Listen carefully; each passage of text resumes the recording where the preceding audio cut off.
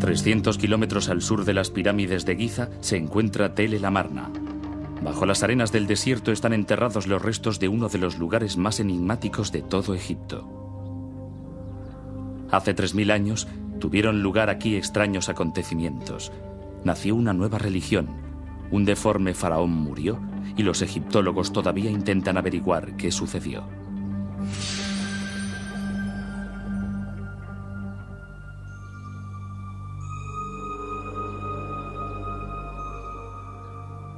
A finales del siglo pasado, Sir Flinders Petrie, el fundador de la egiptología moderna, descubrió una gran ciudad perdida en el desierto. La ciudad tenía todo lo que él esperaba. Había templos, palacios, amplias avenidas, pero faltaba alguna cosa. No había pinturas ni relieves del faraón luchando contra sus enemigos, ni de sus tropas dirigiéndose a la batalla. Tampoco había retratos del faraón haciendo ofrendas a los centenares de dioses egipcios. Y tampoco había dioses. A medida que Petrie avanzaba en sus excavaciones, aumentaba su sorpresa. El faraón estaba representado sin ningún atractivo. Tenía el rostro alargado, los pechos prominentes, las caderas anchas y los muslos abultados. Durante miles de años, los rasgos que habían caracterizado a los faraones habían sido la juventud, el vigor y los músculos bien desarrollados, listos para ir a la guerra. Sin embargo, este faraón era deforme. Parecía como si hubieran arrojado al desierto egipcio una criatura de otro planeta. ¿Qué sucedió aquí aproximadamente 1300 años antes de nuestra era? Para responder a eso, hay que conocer antes a la familia del faraón rebelde.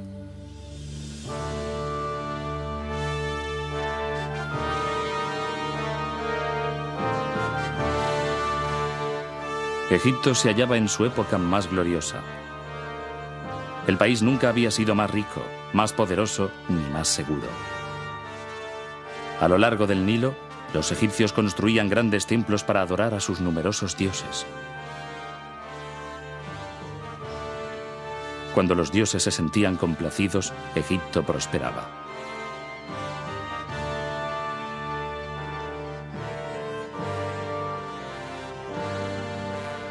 El faraón Amenhotep III, padre de Ajenatón, vivía en el gran centro religioso de Tebas, la ciudad del dios Amón, cuyos almacenes de techos abovedados contenían el trigo, el aceite, el lino y el vino necesarios para satisfacer las necesidades de los cientos de sacerdotes que servían a los dioses. La religión era la principal industria de la ciudad, y justo en el centro de todo se encontraba Amenhotep III. Sus dos colosales estatuas todavía se pueden ver en la llanura de Tebas. Originariamente, esas estatuas guardaban un vasto templo hoy desaparecido. Toda la gloria y la riqueza de Tebas se verían pronto sacudidas por una revolución como nunca antes se había visto.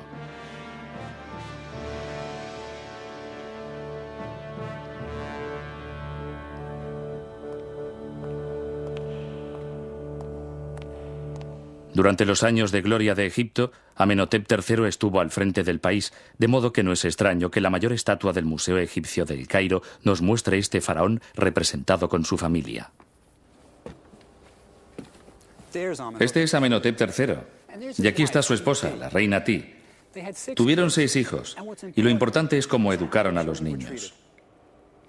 Había 4 hermanas. Aquí tenemos a una. La estatua es una especie de retrato de familia.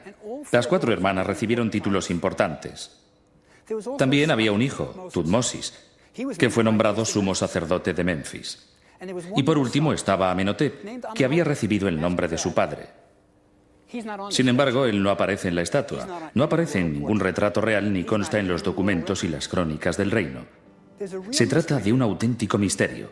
¿Por qué la familia real ignoraba completamente a su hijo más joven?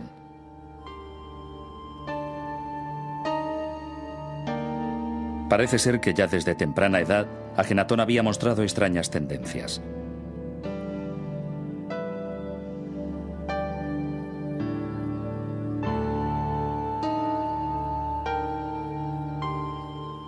Mientras su hermano y sus hermanas recibían títulos y honores, nadie se acordaba del joven Amenhotep. Cuando el séquito real iba a los templos a hacer ofrendas al dios Amón, el joven Amenhotep se quedaba en palacio. Incluso Amón lo rechazaba.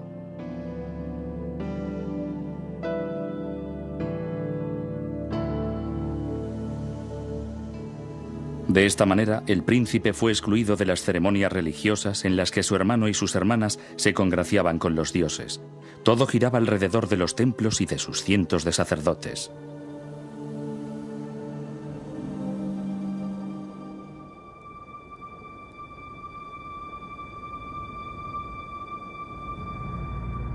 Ese era el mundo que rechazaba al muchacho, pero las cosas iban a cambiar. Empujado por su ambiciosa madre, el chico marginado se situó en la cúspide del poder. Pero, ¿qué clase de faraón iba a ser aquel peculiar muchacho de 18 años?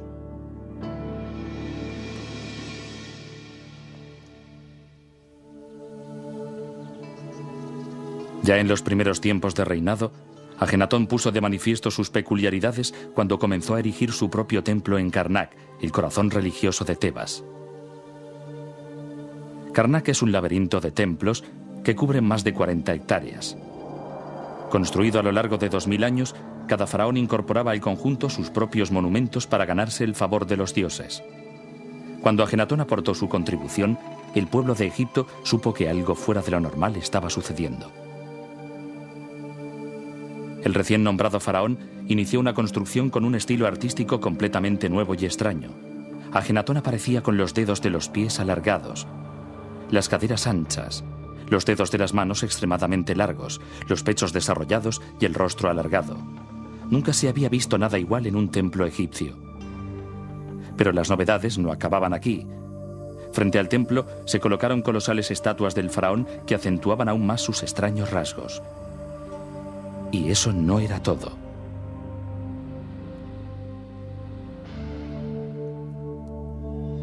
El templo estaba cubierto con imágenes de Atón, el disco solar, cuyos brillantes rayos se convertían en manos que sujetaban el Ang, símbolo de la vida.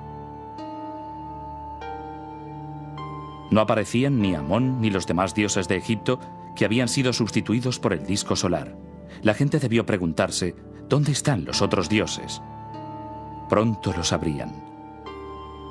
Ajenatón declaró por primera vez en la historia que solo existía un dios. Había terminado con 2000 años de religión egipcia.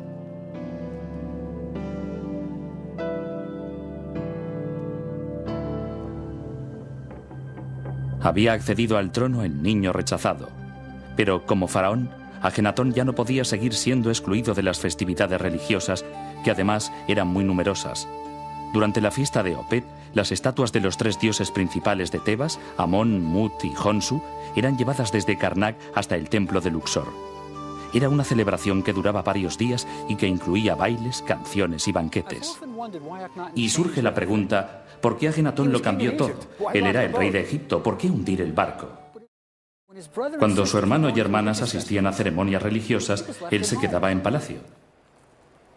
Y miren lo que se perdía. El mayor espectáculo del mundo. Yo soy el padre de los padres, la madre de las madres y el toro de las 7 vacas celestiales.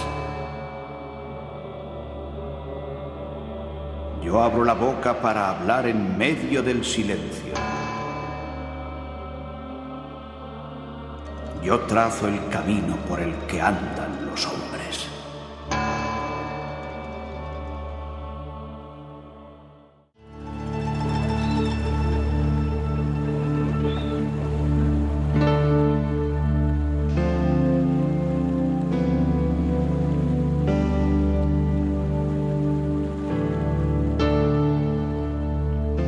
El lugar donde Ajenatón debía empezar su nueva vida le fue sugerido por el propio Atón en el 5º año de reinado.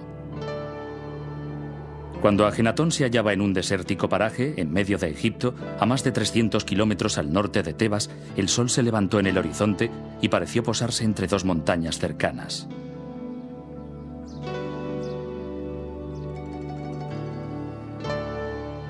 El jeroglífico de horizonte era precisamente el sol descansando entre 2 montañas, y el horizonte representaba el principio y el fin. Era la señal que Ajenatón necesitaba para construir su ciudad soñada. Atón se le había aparecido y le había indicado que construyera su ciudad en el inhóspito desierto. Llamó al lugar Ajetatón, el horizonte de Atón.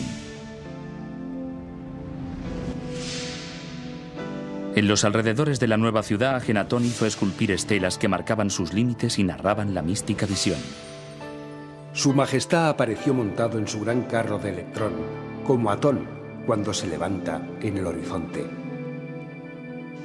Ha sido Atón, mi padre, quien me ha dicho que construya la ciudad. Ningún funcionario me aconsejó jamás que eligiera este desértico lugar.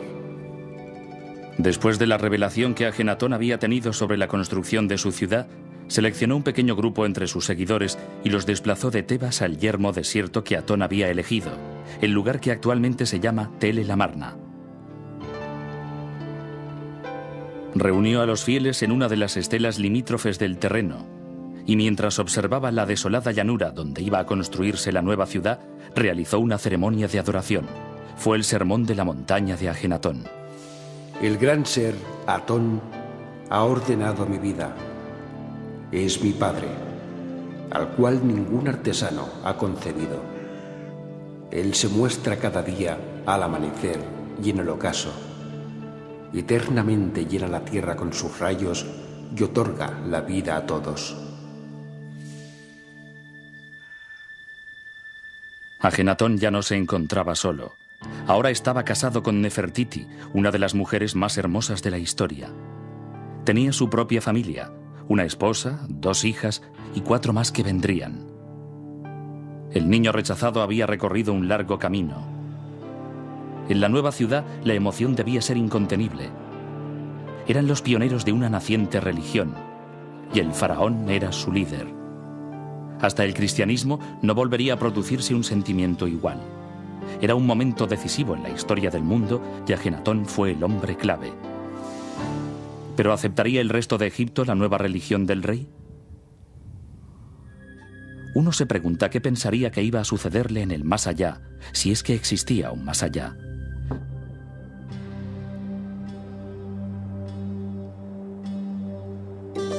Los sacerdotes también se hacían preguntas.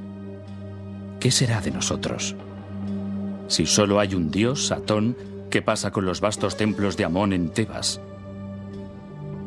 Si el faraón ya no cree en los dioses, ¿qué les ocurrirá a los miles de sacerdotes? El poderoso clero de Tebas estaba furioso con Ajenatón.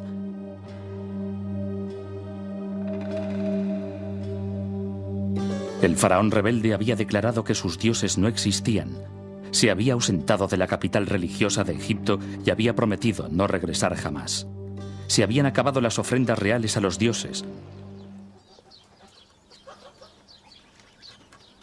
¿Qué estaba haciendo Ajenatón?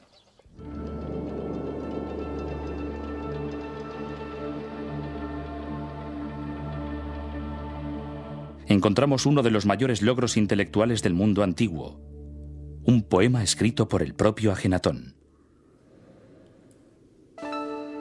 Tu nacimiento al amanecer es espléndido, oh Atón, creador de la vida. Cuando apareces por el este, llenas todas las tierras con tu belleza. Eres hermoso, grande, radiante.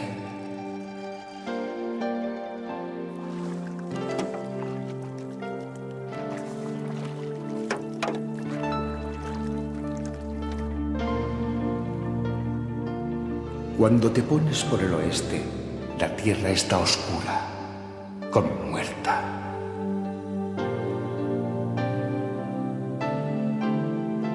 Todos los leones salen de su guarida, las serpientes muerden, la noche acecha, la tierra queda silenciosa, mientras su creador reposa en la oscuridad.